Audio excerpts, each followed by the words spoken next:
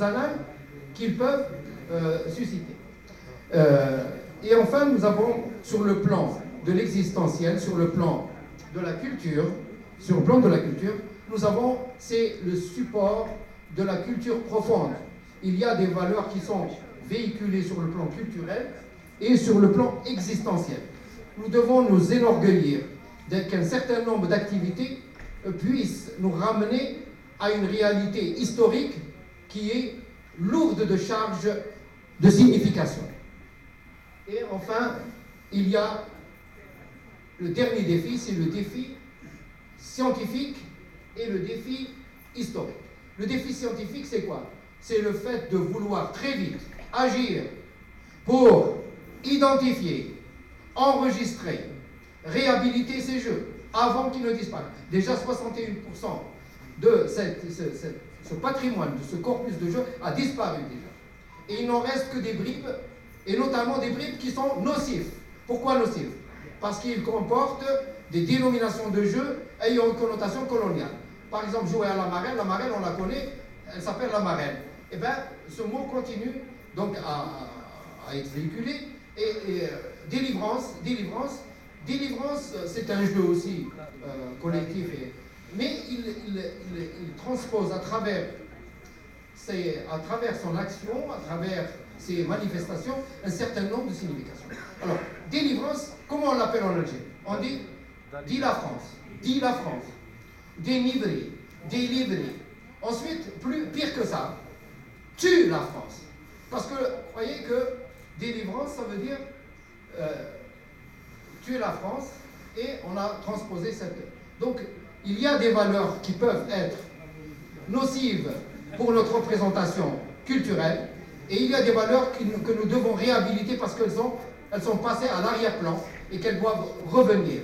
Les valeurs de chevaleresque de l'émir Abdelkader ou de Bouamama sur le plan de la chevalerie équestre ou sur le plan des mœurs et de la bienséance et de l'éducation, c'est cela que nous devons retrouver, et en plus de l'activité sportive elle-même qui pour nous représente un garant de santé et un garant de tout ce qui peut être imaginé comme édification de l'homme complet, capable d'assumer une dimension humaine, parce que ce qui nous guette à tous, c'est de perdre notre humanisme, et il n'y aurait pas on aurait démoli la seule différence qu'il y a entre l'animal et l'homme, c'est que l'homme a une raison et que l'animal n'en a pas. Et peut-être et se poser la question que les animaux ont un degré minimal de bienséance. Merci pour votre attention.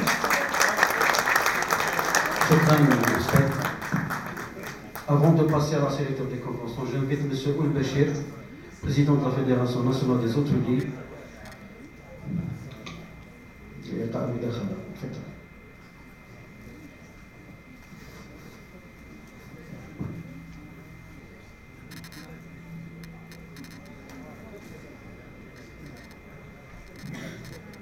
بسم الله الرحمن الرحيم والصلاة والسلام على أشرف المرسلين إخواني معالي وزير السياحة معالي وزير الشباب والرياضة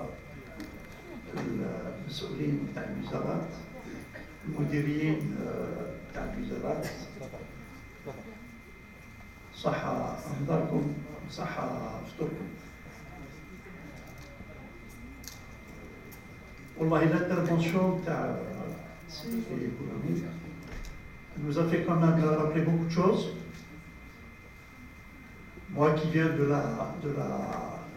Tiaret, qui est quand même de haut plateau, qui connaît un petit peu tous les sports, les Calmanions, et c'est un petit peu la capitale du cheval. Il y a eu quand même que nous avons la plus grande jumentière d'Afrique, qui compte à peu près les 1200 hectares, avec une production annuelle de 400 bêtes par an. Les jeux de sport, c'est un petit peu notre tradition. On a commencé à jouer le ballon, on a commencé à entrer dans la région. المطرق سي معسكر تيارات سيدات connu tout ça. Ben, ça nous fait quand même, ça nous fait chaud au cœur. On a mis du temps. إلى يومنا الحمد لله نشكر على كل حال nos ministres qui ont pensé Lyon à redynamiser, à redonner un petit peu un souffle nouveau. Et on sent que quand même les choses ont changé. Ça fait à peu près une année que notre ministère du Tourisme a pris les choses en main. Il a sauté un petit peu tous les verrous que nous avions au niveau du tourisme, au niveau de l'hôtellerie, au niveau de la restauration. On avait quand même beaucoup de problèmes d'ordre, la lenteur administrative, la bureaucratie, la corruption, et j'en passe. Alors je pense que alhamdoulilah, il y a eu une prise de conscience. Maintenant, on voit plus clair, l'orage est passé, je pense. On a quand même, avec les 2000 hôtels en service et les 1700 hôtels en projet, en cours de réalisation. Et nous avons quand même une très bonne réputation avec le HTT. Le président directeur général est là, c'est HTT. Alors je pense qu'on a mis la main dans la main, on essaie de faire de notre mieux. Maintenant, tous ces projets, c'est très bien. Garde le projet d'Al-Hadran, c'est très bien. Il faut un accompagnement, il faut une continuité. Il ne faudrait pas que ça reste lettre morte. Les idées, c'est très bien. Les projets, c'est magnifique. Mais il faut l'exécution quand même. Il faut être sur place au chocolat.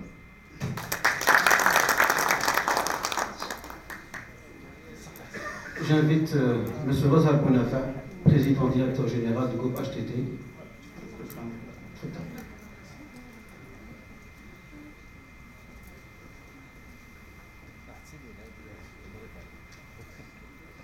سيد وزير السياحة والصناعة التقليدية، سيد وزير الشباب والرياضة، السادة الأمناء العامون، السادة المدراء العامون، السادة الأمن، الحضور الكريم. Je pense, Monsieur le ministre, après l'effort, il ne faut pas trop parler, il faut agir.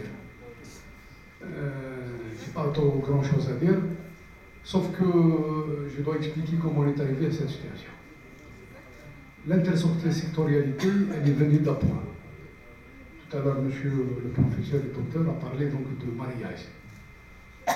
C'est une jonction naturelle qui doit se pratiquer pendant longtemps. C'est ce qu'on cherche avec le ministère de la Jeunesse et du Sport. C'est une relation durable. Au niveau donc, de nos hôtels, bientôt on va atteindre les 3000 hôtels, 300 000 lits, et nous avons beaucoup d'insuffisances dans les établissements. Les insuffisances, c'est dans l'animation. Donc la présence de fédérations, là c'est pour introduire toutes les activités sportives au niveau des stations balnéaires et au niveau des stations climatiques. Nous avons donc des stations climatiques. Nous allons donc réintroduire la randonnée entre Tikjida et Talaguilat. Bientôt nous allons livrer Talaguilat. Et au niveau de Tikjida, donc nous mettons toutes les capacités et les moyens que nous avons à la disposition des professionnels donc, du sport pour pouvoir essayer donc d'activer, d'animer, de redonner vie à nos stations balnéaires et d'occuper et de meubler toute la journée et la nuit pour nos estivants et bien sûr pour les gens donc, qui passent des vacances. On était au niveau donc, des stations donc, du sud et les stations climatiques. Moi je pense que aujourd'hui notre présence et ce travail que nous sommes en train de préparer avec les cadres du ministère de la Jeunesse et du Sport est un travail très très intéressant qui est apprécié par beaucoup de monde. Et ce qui est attendu aujourd'hui, c'est les résultats. Mais les résultats, d'abord, on doit réfléchir ensemble comment pratiquer ce sport. Nous avons signé tout à l'heure les conventions, le contenu des conventions, et nous sommes prêts à s'adapter à toutes vos conditions, Monsieur le ministre. Voilà. Donc je vous souhaite Sahar Moubarak, Inch'Allah, ou Sahaïdkoum, si vous voulez. شكرا للسيد رئيس المجمع. Maintenant, on passe à la signature des conventions. En premier lieu, j'invite Monsieur le Président directeur général du groupe HTT à rejoindre la table. J'invite le Président de la Fédération algérienne de voile, le Président de la Fédération nationale de sport pour tous, le Président de la Fédération algérienne de sauvetage, secourisme et des activités aquatiques, et le président de la Fédération algérienne de volleyball.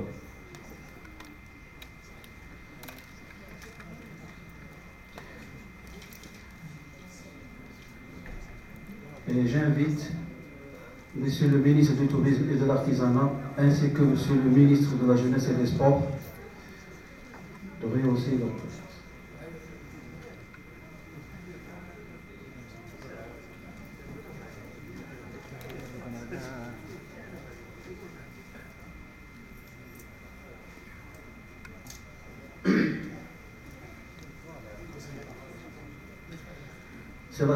C'est la signature de l'accord cadre de partenariat entre le groupe HTT et ses fédérations dans le cadre de l'animation de la saison estivale 2019.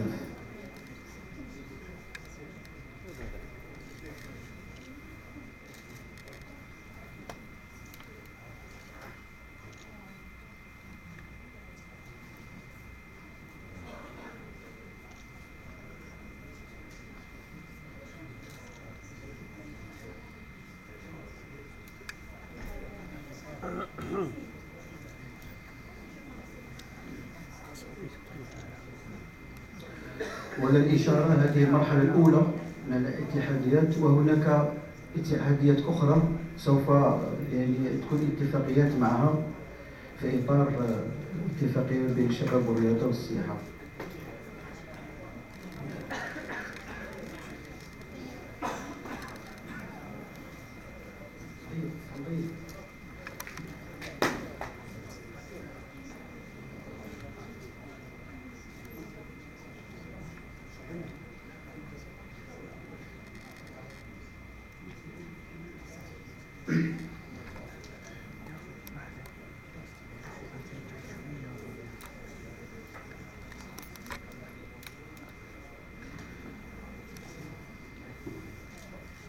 نبارك على هذا الإمضاء.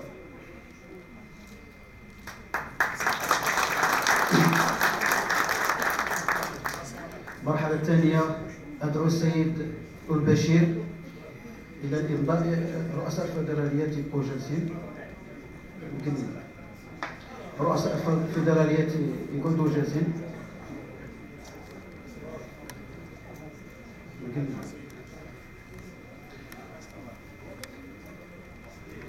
رؤساء سيبوكلي لي بريزون دو ليغ نطلبكم رؤساء الفيدراليات يعاودوا يجلسوا بالإمضاء الاتفاقية ما بين الفيدراليات والفيدرالية الوطنية للفندقة.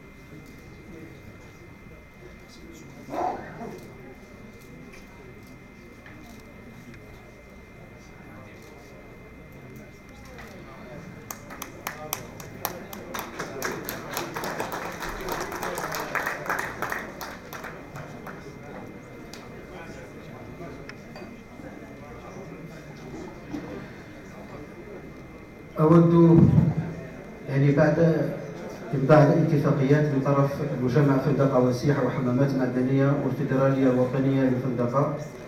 أود باسم سيد معالي وزير السياحة والصناعة التقليدية وباسم سيد معالي وزير الشباب والرياضة أن نشكركم على الحضور ومساهمتكم في إنجاح هذا اللقاء، والفرصة إن شاء الله القادمة، وصحة صحوركم، والسلام عليكم ورحمة الله وبركاته.